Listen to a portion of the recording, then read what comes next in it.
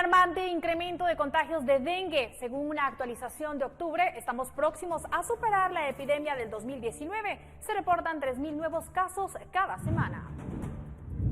Aparatoso accidente, una mujer fallecida, 2 heridos y 2 personas desaparecidas fue el saldo de un percance de tránsito registrado en Retaluleu. Obra de 44 millones de quetzales queda en suspenso por hallazgo de tuberías. Deberán hacer un nuevo diseño mientras el hierro de la construcción está siendo robado.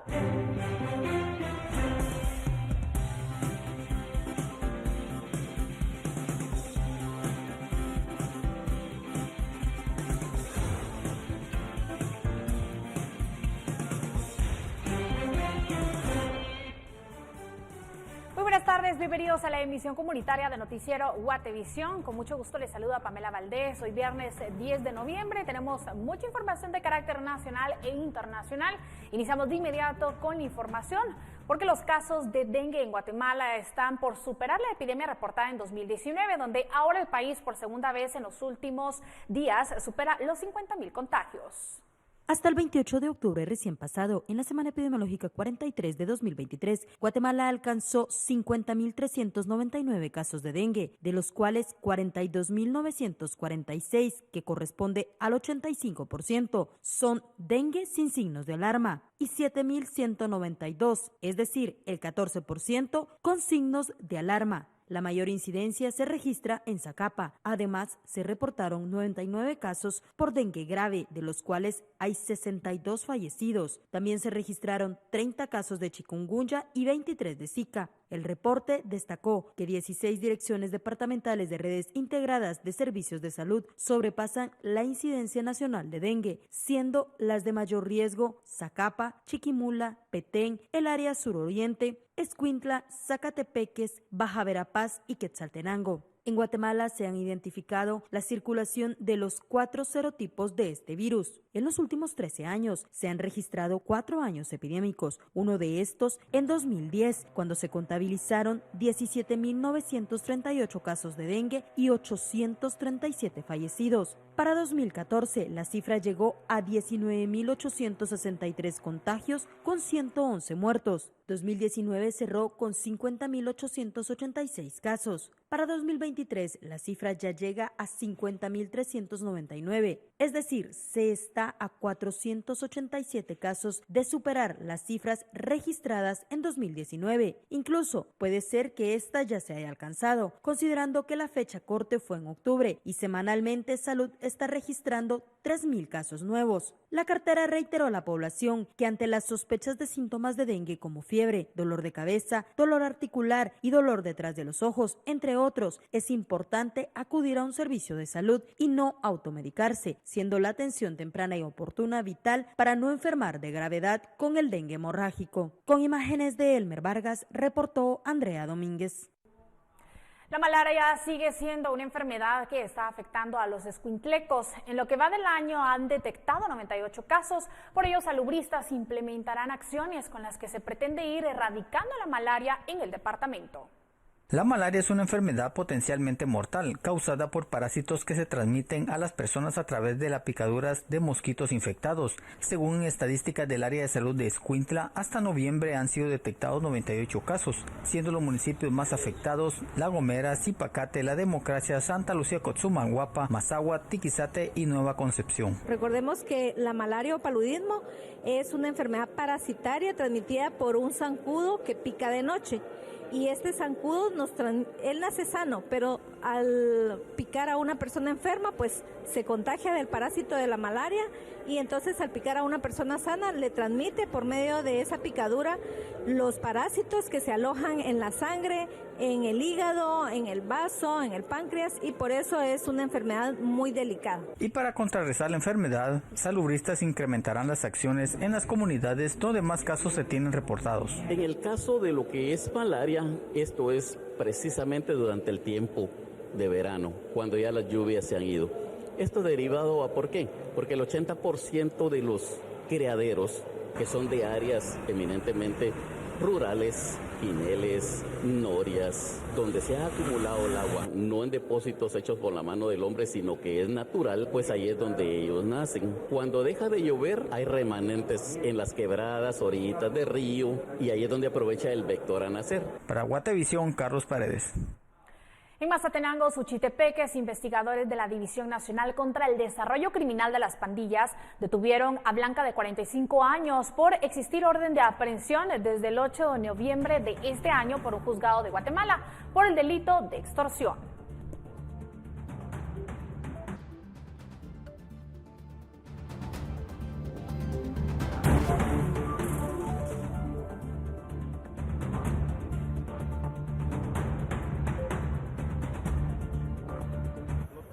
El conductor de un camión de una empresa que distribuye cemento que conducía desde Coatepeque, Quetzaltenango, arrolló a dos motoristas que intentaban incorporarse a la ruta y se dirigían de Nuevo San Carlos hacia Retaluleu, en el kilómetro 185 de la ruta CA2.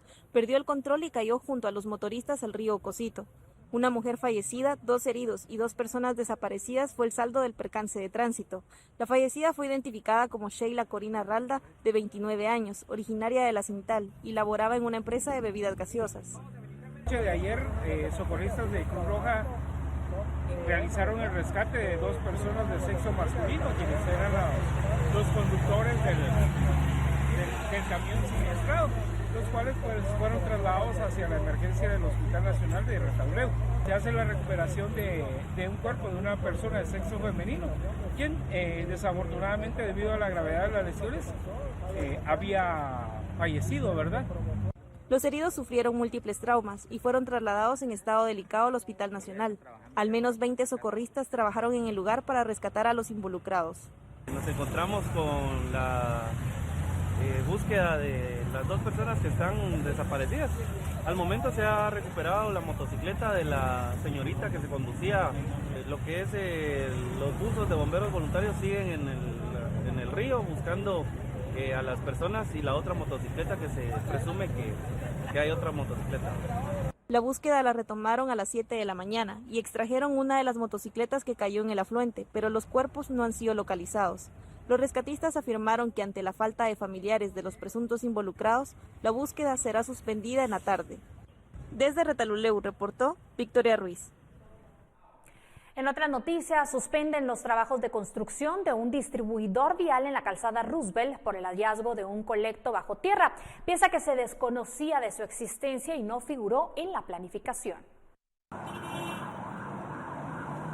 Hierros que empiezan a oxidarse y bases metálicas junto a las bases de cemento son parte de lo que intenta hacer el distribuidor vial en la calzada Roosevelt, obra que quedó suspendida. La estructura está en la calzada y 9ª avenida de la zona 11. Esta queda paralizada debido a que se detectó bajo tierra una tubería de hierro galvanizado que transporta agua potable hacia las zonas 3 y 7. Ante esto, el Ministerio de Comunicaciones señaló que la municipalidad está trabajando en reubicar las tuberías para no afectar a los vecinos.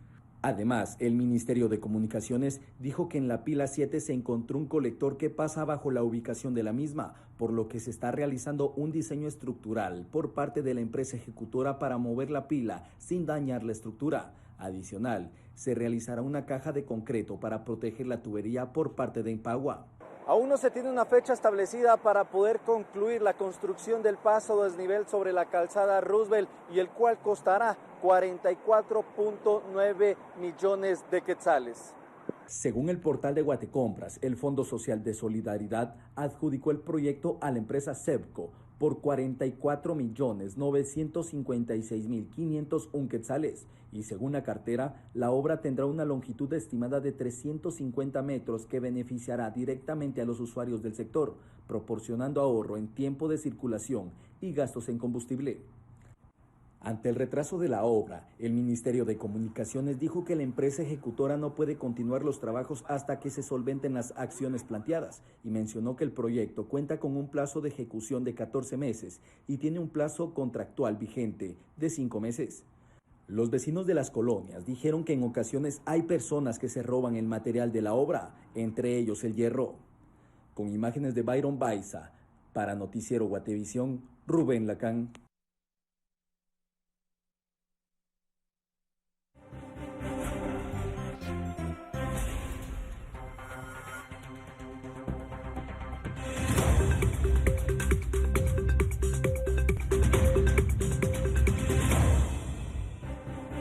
En noticias internacionales, Joe Biden y Xi Jinping se reunirán la próxima semana.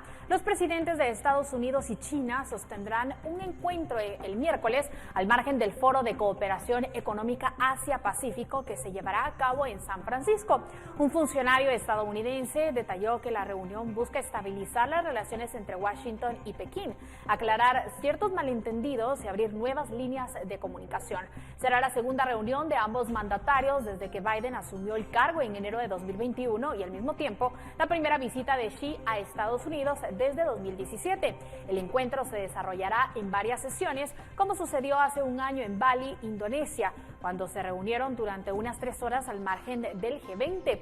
Altos funcionarios indicaron que se discutirán los principales temas internacionales del momento, en particular la guerra entre Israel y Hamás.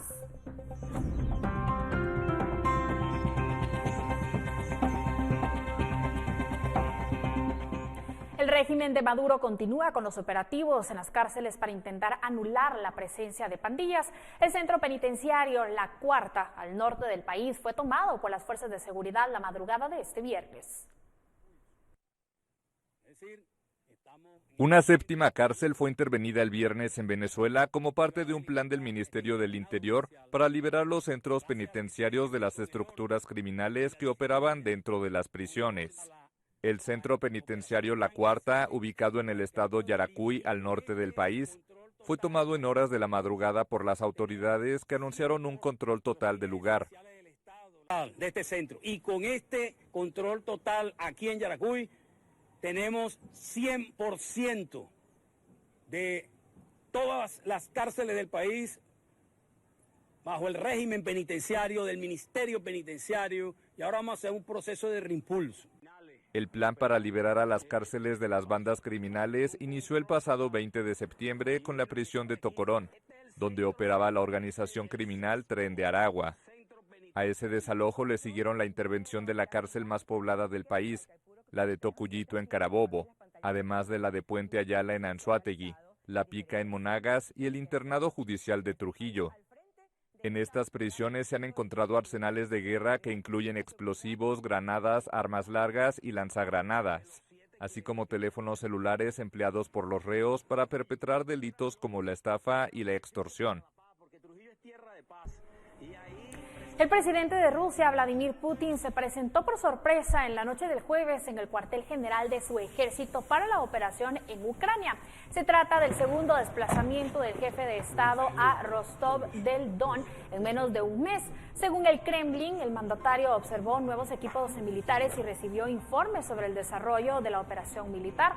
Cercana a Ucrania, Rostov del Don se ha convertido en centro operativo de las fuerzas rusas para la ofensiva en la antigua República Soviética. La ciudad fue también escenario en junio del motín de los mercenarios del grupo Wagner que se hicieron brevemente con este cuartel general antes de abordar la rebelión.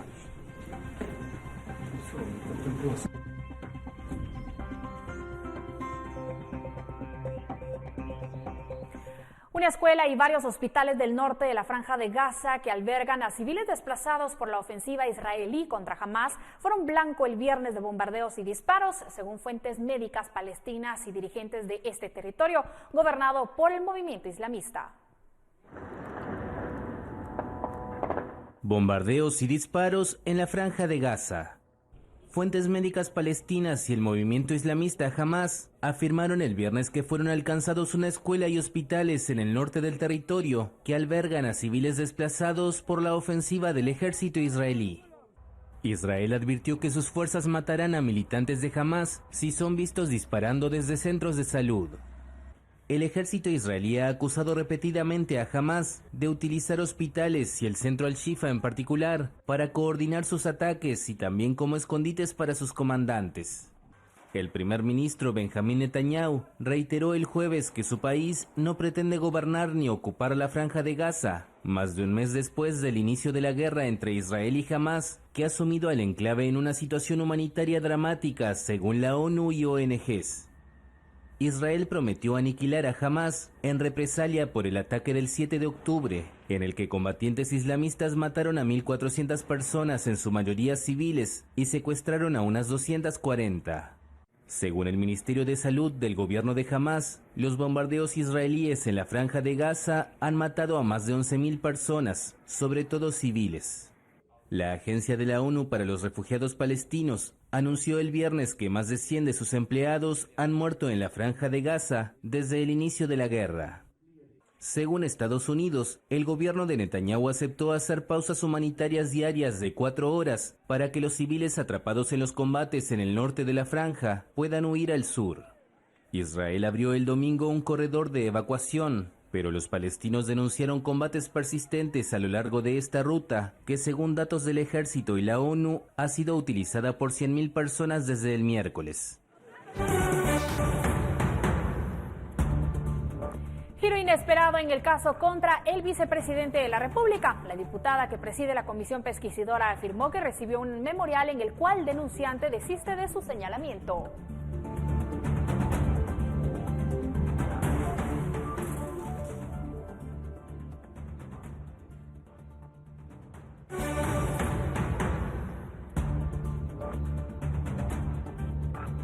Ya estamos de regreso, gracias por continuar con nosotros. Y comienzan los trabajos de reparación en socavón del kilómetro 26.5 de carretera a El Salvador, donde Covial asegura que estos durarán 2 meses y medio. Hasta el momento no se detalla cuánto costará solucionar esta emergencia. El socavón que se ha formado sobre el kilómetro 26.5 de carretera a El Salvador continúa incrementando su tamaño con cada día que pasa. Sin embargo, este viernes comenzaron ya los trabajos por parte de la Unidad de Conservación Vial Covial, quien ya ha designado a una empresa para que pueda realizar la construcción, relleno y sobre todo el manejo de las aguas pluviales en el área.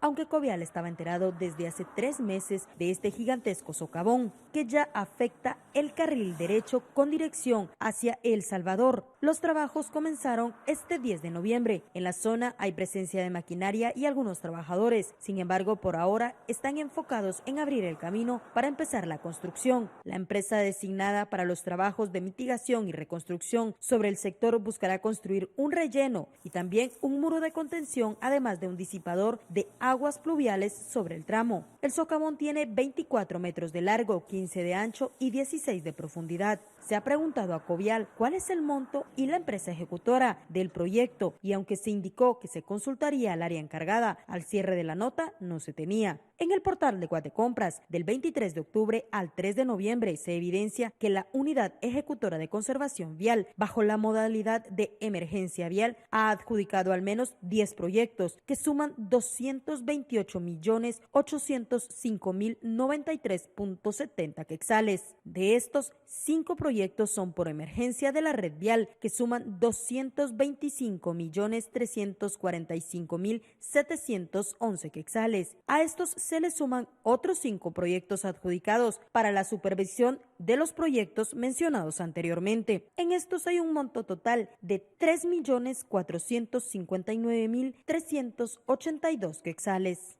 Los trabajos de reparación y reconstrucción en este socavón podrían tardar al menos 2 meses y medio, según lo han indicado las autoridades de Covial. Y con ello ya se estaría rehabilitando el carril que desde hace un mes por seguridad se decidió cerrar. Con imágenes de Gabriel Molina y Elmer Vargas, reportó Andrea Domínguez.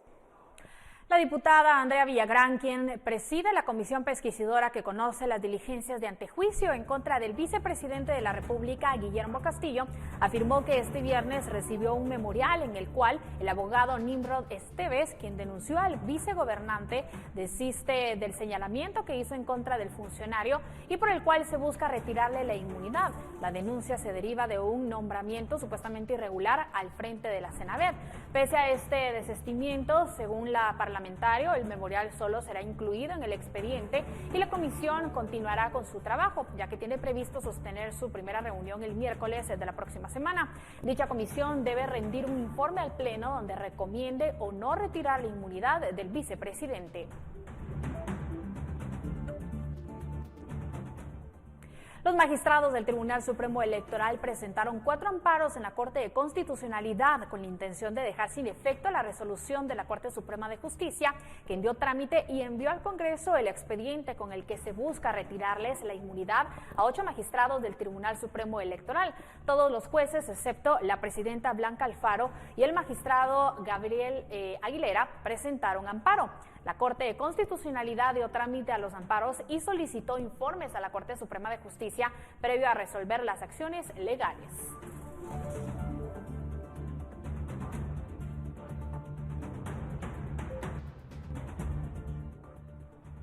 En la sede de la PDH se llevó a cabo una tensa reunión entre las autoridades del Ministerio de Gobernación, la PNC y las autoridades indígenas ancestrales, derivado del plantón que persiste en la sede del Ministerio Público en Gerona. Durante la discusión, las autoridades insistieron en que se libere media vía de todo el acceso, ya que aseguran que aún hay dificultades para los usuarios que acuden al Ministerio Público. Sin embargo, para las autoridades indígenas ancestrales, en la orden de la Corte de Constitucionalidad, únicamente se habla de las vías de acceso, las cuales se encuentran libres en el lugar para los trabajadores del Ministerio Público y para las personas que acuden a hacer diligencias. El plantón en el lugar seguirá, según las autoridades indígenas, quienes además enfatizaron en que las personas por voluntad propia liberaron los bloqueos en su momento. Pero acá específicamente estamos hablando del tema del área que queremos en ese lugar. Y no es porque lo queramos nosotros como tal y coartarles a ustedes o limitarles su acción, sino que es una vía en en la vuelta, solo la vía principal que permite el acceso. La gente llega, entra por la 15, da la vuelta a 15 Avenida, baja a la persona que necesita hacer la acción, el vehículo se va, busca cualquier parqueo en el área. Y eso es algo que tenemos que dejarlo muy en claro en este. Ahora, ¿por qué nosotros decimos que se busca la confrontación? Bueno, hay que entender que existe un manifiesto de una población. Se retiró de las calles no porque ustedes quisieron, no porque ustedes hicieron las gestiones, no porque el señor procurador hizo sus obras para hacerlos. Y se lo va a hacer muy claro, porque la población entiende algo. Bueno, nos vamos allá. Están acá. El directorio del Registro Nacional de las Personas, RENAP, aprobó la indemnización para el personal permanente y por contrato que sean despedidos y que tengan al menos 4 años de labores ininterrumpidas. La compensación económica por tiempo de servicio aplicará a partir de los 4 años de servicio de manera ininterrumpida por renuncia voluntaria o por finalización del contrato en los renglones 011 o 022. En el caso de la indemnización por despido, aplicará cuando sea por decisión unilateral por parte del patrono sin causa justificada, por reorganización administrativa, por supresión de presupuesto o por causa de fuerza mayor.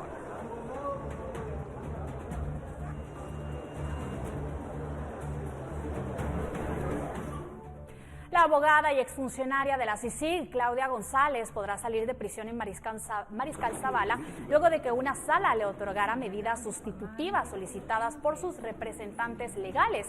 González fue detenida el pasado 28 de agosto, derivado de una denuncia interpuesta por la magistrada de la Corte Suprema de Justicia, Blanca Stalin, por presuntamente haberle investigado en su calidad de funcionaria de CICIG, mientras la magistrada todavía gozaba de su derecho de antejuicio. El caso fue declarado en reserva, por lo cual se desarrolla a puerta cerrada.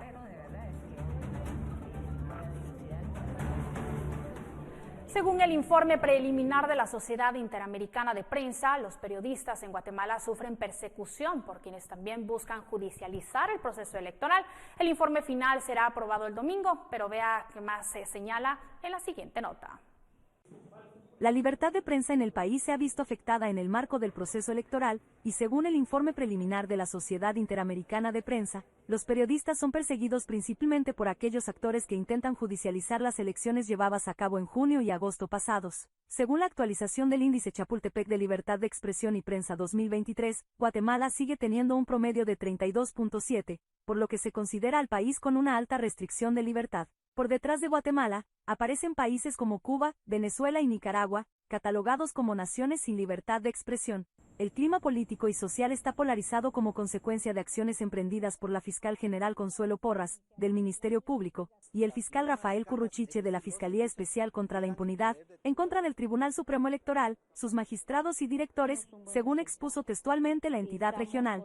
El informe recordó las constantes amenazas que enfrentan los comunicadores en el país y el clima de restricción informativa que prevalece. Según la CIP, Curruchiche y el juez Freddy Orellana también formaron parte del proceso judicial en contra del periodista José Rubén Zamora, caso que es ejemplificado en el informe. Destaca que este hecho no solo afectó al exdirector del periódico, sino también a 8 reporteros y columnistas del medio de comunicación, quienes debieron exiliarse por temor a ser procesados por sus publicaciones. El informe final de la Sociedad Interamericana de Prensa será aprobado por la Comisión de Libertad de Prensa en una asamblea. Guatemala ha sido reconocida por la revista especializada Porthole Cruise and Travel como el mejor destino para cruceros en Centroamérica. Porthole Cruise and Travel es una revista especializada del sector con oficinas en Florida, Estados Unidos, dedicada a informar acerca de lo último en torno a noticias de cruceros y las tendencias de viajes en todo el mundo. Este reconocimiento, otorgado por los propios lectores de la revista, destaca a Guatemala como el destino ideal para los viajeros de cruceros. Justamente en el país acaba de iniciar la temporada de cruceros 2023-2024 a finales de octubre, dando la bienvenida al crucero MS Silverwind de Silver Sea Lines, que atracó en Puerto Quetzal, proveniente de Huatulco, México, y con rumbo a Punta Arenas en Costa Rica. En este primer crucero que llegó al país, el INGUAT reportó la visita de pasajeros y tripulantes, quienes durante su estadía disfrutaron de los diversos atractivos de Guatemala. Fueron 226 pasajeros, 220 tripulantes, y los visitantes tuvieron como destino lugares icónicos como Antigua Guatemala y el volcán de Pacaya. Posteriormente, el crucero Vista de Oceanía Cruises llegó al país, también atracando en Puerto Quetzal, procedente de Punta Arenas, Costa Rica, y con destino a Acapulco, en México. En este caso, personal de INGUAT se encargó de dar la bienvenida a 1,205 pasajeros, 770 tripulantes a bordo de esta embarcación, y en su visita los extranjeros conocieron la riqueza cultural, natural y gastronómica guatemalteca. Como parte de estas actividades, el INGUAT junto a la Portuaria Quetzal conmemoraron la apertura de la Puerta 2, Puerta Turismo, para el arribo de más embarcaciones, y como una nueva oportunidad para el sector turístico del país. La temporada de cruceros 2022-2023 registró el ingreso de 65 cruceros de octubre de 2022 a julio de 2023. De acuerdo con datos oficiales, 41 cruceros arribaron a Puerto Quetzal, 24 a Santo Tomás de Castilla. Vinieron 79,854 pasajeros y 43,099 tripulantes. Los registros destacan que entre los destinos más visitados está Antigua Guatemala en Zacatepeques, Iximchetecpan en Chimaltenango, Auto Safari Chapín, el lago de Atitlán en Sololá, el castillo de San Felipe en Livingston y Zabal, entre otros. Para Noticiero Guatevisión, Paula Osaeta. Y en temas judiciales, en la mañana de este 10 de noviembre continuó el juicio por el caso de Yajaira Ajú, una madre universitaria de 31 años que luego de salir con sus amigas fue presuntamente secuestrada, violada y asesinada. En la audiencia, el Ministerio Público pidió la pena máxima para los 3 acusados. Los detalles en la siguiente nota. El juicio por los crímenes cometidos contra Yajaira Ajú entre el 12 y 13 de agosto de 2022 está en su etapa final. Este 10 de noviembre, el Ministerio Público y el abogado querellante del caso presentaron sus conclusiones y solicitaron la pena máxima para los 3 acusados, André Ibrahim Pinto Lima, César Augusto Monzón Miranda y Alma Guadalupe Alvarado Mejía. A los 3 se les imputan los delitos de plagio o secuestro, violación con agravación a la pena y asesinato. Tanto Fiscalía como abogado director de la querellante, ambos pedimos 120 años en cuanto a la condena, ¿verdad? 120 para cada uno, por su participación en grado de autor para los 3. En los fotogramas presentados como evidencia se observa cómo Yajaira es acechada en las afueras de un restaurante de la zona 6 capitalina. El Ministerio Público apunta que se trata de André Ibrahim, quien en colaboración con el taxista César Augusto y su amante Alma Guadalupe habrían forzado a Yajaira a subir al vehículo, quien estaba bajo los efectos del alcohol, según el peritaje del Instituto Nacional de Ciencias Forenses. Además, el peritaje revela que la víctima fue ultrajada y asesinada por estrangulación por asfixia. Sin embargo, en una audiencia previa bajo juramento, André Ibrahim aseguró que tuvo relaciones sexuales con Yajaira con su consentimiento y que en la madrugada continuó bebiendo con unos amigos, uno de ellos, Luis Jesús Yoque, quien previamente lo respaldó con su declaración. Fiscalía, como mi persona, solicitamos que se certificara lo conducente por falso testimonio. Entonces, si se llegara a dictar una sentencia condenatoria, será el criterio del tribunal certificar lo conducente al Ministerio Público para que se haga la averiguación respectiva conforme a estos 3 sujetos que presentaron en su momento oportuno como testigos de Ibrahim Pinto. El juicio continuará el próximo 16 de noviembre con la presentación de las conclusiones de la defensa de los acusados. En esa audiencia se espera que el tribunal dicte sentencia y el abogado querellante Marco Tulio Solares solicitará reparación digna para la familia afectada. Para Noticiero Guatevisión, Fátima Herrera. La Fiscalía de Extinción de Dominio llevó a cabo 5 allanamientos en la antigua Guatemala en inmuebles que fueron extintos en el 2016 al exalcalde de la ciudad colonial, Adolfo Vigar Marroquín. De acuerdo con el Ministerio Público, la diligencia fue para entregarle los bienes a la Secretaría Nacional de Administración de Bienes en Extinción de Dominio. El Ministerio Público dijo que los inmuebles están valorados en aproximadamente en $8.400.000. Dentro de los inmuebles figuran fincas, parqueos y áreas en construcción y pese a la extinción continuaban siendo utilizados. Agregó que Vivar Marroquín cumple una sentencia de 16 años de prisión. El propietario de estos, un exfuncionario, ya fue sentenciado por actos de corrupción y lavado de dinero. Se trata del exalcalde de Antigua Guatemala, Adolfo Vivar Marroquín, quien fue sentenciado a 16 años de prisión y al pago de una multa de 13 millones de quetzales.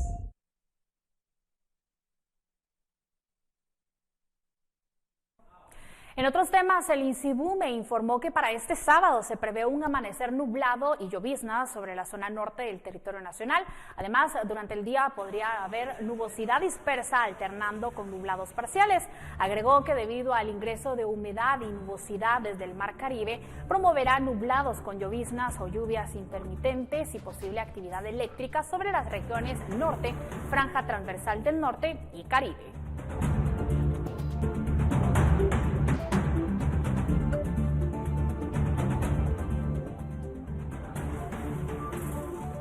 Estudio revela que los servicios públicos de salud en Xela son bien calificados por usuarios. Sin embargo, los hospitales se concentran en 2 zonas de la ciudad y el tráfico complica movilidad de ambulancias.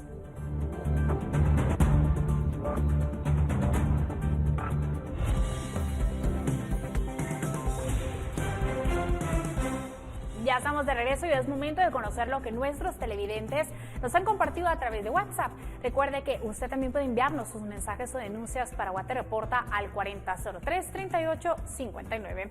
Vamos con el reporte sobre los inconvenientes que causa la circulación del transporte pesado en la zona 8 de San Cristóbal Mixco.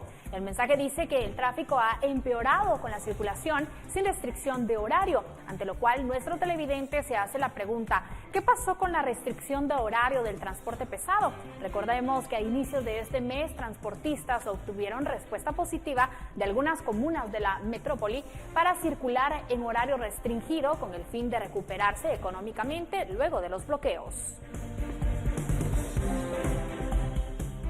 Nos trasladamos al oriente del país. Se trata de la información de un accidente de tránsito que dejó 2 mujeres heridas. El mensaje da cuenta que las mujeres se conducían en una motocicleta cuando fueron atropelladas por un vehículo en el barrio El Porvenir de Jalapa. Bomberos municipales departamentales acudieron a la emergencia y trasladaron a las víctimas al hospital de la localidad.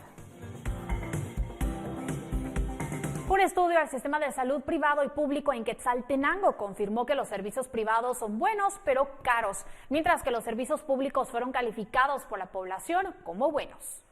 Deficientes, buenos pero costosos, lentos, son algunos de los calificativos que los quetzaltecos le dan a los servicios de salud públicos y privados en la ciudad altense. El estudio estuvo a cargo del Departamento de Investigaciones del Centro Universitario de Occidente y contó con el apoyo del grupo gestor de Shela. Existe un imaginario social en relación a lo que es público y privado, que a final de cuentas genera algún tipo de rechazo hacia lo que es público, pero al final de cuentas es un imaginario hegemónico, porque cuando ya se le pregunta al sujeto que acaba de recibir una atención directa de parte del servicio de salud, existe mucha aceptación, confianza en los médicos. El sistema privado ha crecido muchísimo dentro de la ciudad, es decir, el paisaje de servicios de salud bastante dinámico, bastante complejo. Contamos con muchísimas especialidades médicas, pero no toda la gente tiene acceso para pagar. Entre los principales resultados resalta que la población percibe a los servicios de salud públicos como buenos, una infraestructura que necesita mejoras.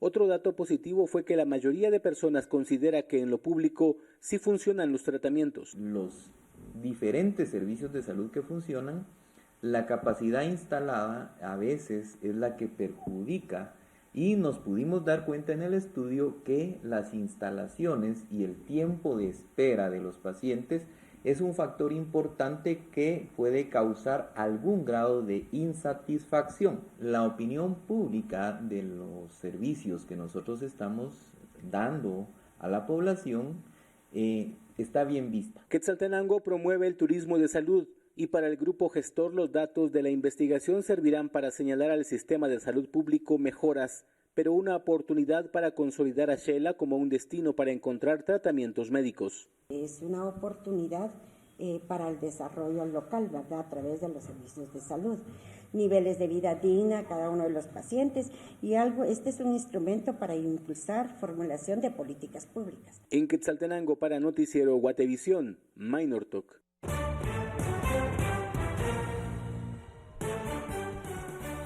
No se vaya, porque al volver de la pausa le contamos sobre una tradición en Huehuetenango que reúne a unos 1.400 ciclistas para emprender una travesía por los Cuchumatanes. Ya estamos de regreso y como ya le adelantaba, unos 1.400 ciclistas de todo el país preparan su bicicleta para sumarse a la 15ª edición de la travesía a los Cuchumatanes, una actividad familiar de alto rendimiento que se realiza cada noviembre y que busca impulsar la aventura, adrenalina y turismo, todo en un solo evento, el cual es gratuito. Por 15 años se ha realizado la travesía a los Cuchumatanes en bicicleta de montaña, un reto que conlleva ardua preparación física y mental, pues el desafío son 50 kilómetros que incluyen ascensos y descensos de las montañas más altas de Centroamérica, por carretera y senderos que hacen único este tipo de eventos que gusta a los amantes del ciclismo, pues de los 60 participantes que iniciaron con este evento, ahora se rebasa la participación de 1.400 pedalistas, principalmente de Guatemala, Chimaltenango, Huehuetenango y de algunos países centroamericanos. Juan Mario Samayoa, quien inició con este evento, cuenta que ha sido gratificante para la salud organizar la travesía, porque no tiene ningún costo de inscripción. Por el contrario, es una invitación a cumplir con este desafío. Apenas es de 7 kilómetros, pero es muy bonita. Ya saben los ciclistas qué quiere decir bonito. Entonces, es apenas 7 kilómetros y luego pues tenemos el segundo tramo, que es de 6 kilómetros para llegar a la cumbre, donde cumplimos con los 3.400 metros de ascenso. El evento tiene ingredientes únicos, como la magia de los paisajes desde lo alto de los Cuchumatanes, el clima frío, además de la gastronomía local. Pues tenemos un territorio tan bonito para hacer bicicleta. A 10 minutos de la cabecera ya tenemos montaña, tenemos piedra, tenemos cerros. Huehuetenango, como lo dice el nombre de nuestro grupo, Huehue Mountain Bike Paradise, somos un paraíso de la bicicleta realmente.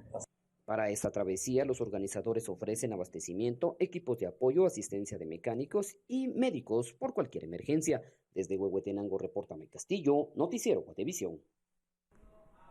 Por primera vez, el principal mercado de Guatemala para las exportaciones de productos alimenticios es Centroamérica, en lo que influye el avance de la integración aduanera. Históricamente, el principal comprador de los productos de exportación guatemaltecos ha sido Estados Unidos, pero las tendencias están cambiando para el sector de alimentos y bebidas, ya que el mayor comprador de productos de este sector ahora es Centroamérica. El año anterior, la región vendió al exterior un total de $7.469.8 millones, de los cuales el 32.4 tuvo como destino países de nuestra región, equivalente a un monto de 2.420 millones. Esa cifra representa un crecimiento del 15% en el mercado interregional en comparación con el 2021. El 67.6% restante se vendió a otros países con un monto de 5.050 millones de dólares, que representa un crecimiento del 18%. El 97% de las ventas a la región se integra con 10 tipos de productos, siendo estos grasas y aceites comestibles, azúcar y melaza, productos cárnicos, leche y productos lácteos, bebidas no alcohólicas, jugos de frutas, preparaciones de frutas y partes de plantas, salsas, condimentos sazonados y compuestos, preparaciones a base de pescado, crustáceos y moluscos, y preparaciones de legumbres y hortalizas. La mayor parte de estos bienes son comercializados para consumo en los hogares, aunque otros se utilizan como materia prima para la producción de otros artículos. Los datos anteriores forman parte del estudio llamado Fortaleciendo el Desarrollo Económico, el Impacto y la Huella de la Industria Alimentaria y de Bebidas en Guatemala y la región centroamericana, presentados por el secretario general de la Secretaría de Integración Centroamericana, SIECA, Francisco Lima Mena, durante el foro anual de la Gremial de Alimentos y Bebidas GREMAB, adscrita a la Cámara de Industria de Guatemala, SIG. Según Julio Orozco, director ejecutivo de la gremial, esta información debe servir de base para tomar decisiones respecto a las potencialidades del mercado regional, considerando que dentro de la región el principal socio comercial de nuestro país es El Salvador, a donde se exportaron 1.509.7 millones de dólares. Con información de Rosa María Bolaños, reportó para Noticiero Guatevisión, Pablo Juárez. Cantautora guatemalteca lanza nuevo material discográfico y los Beatles siguen sorprendiendo a sus seguidores. Los detalles de esta y otras noticias al volver.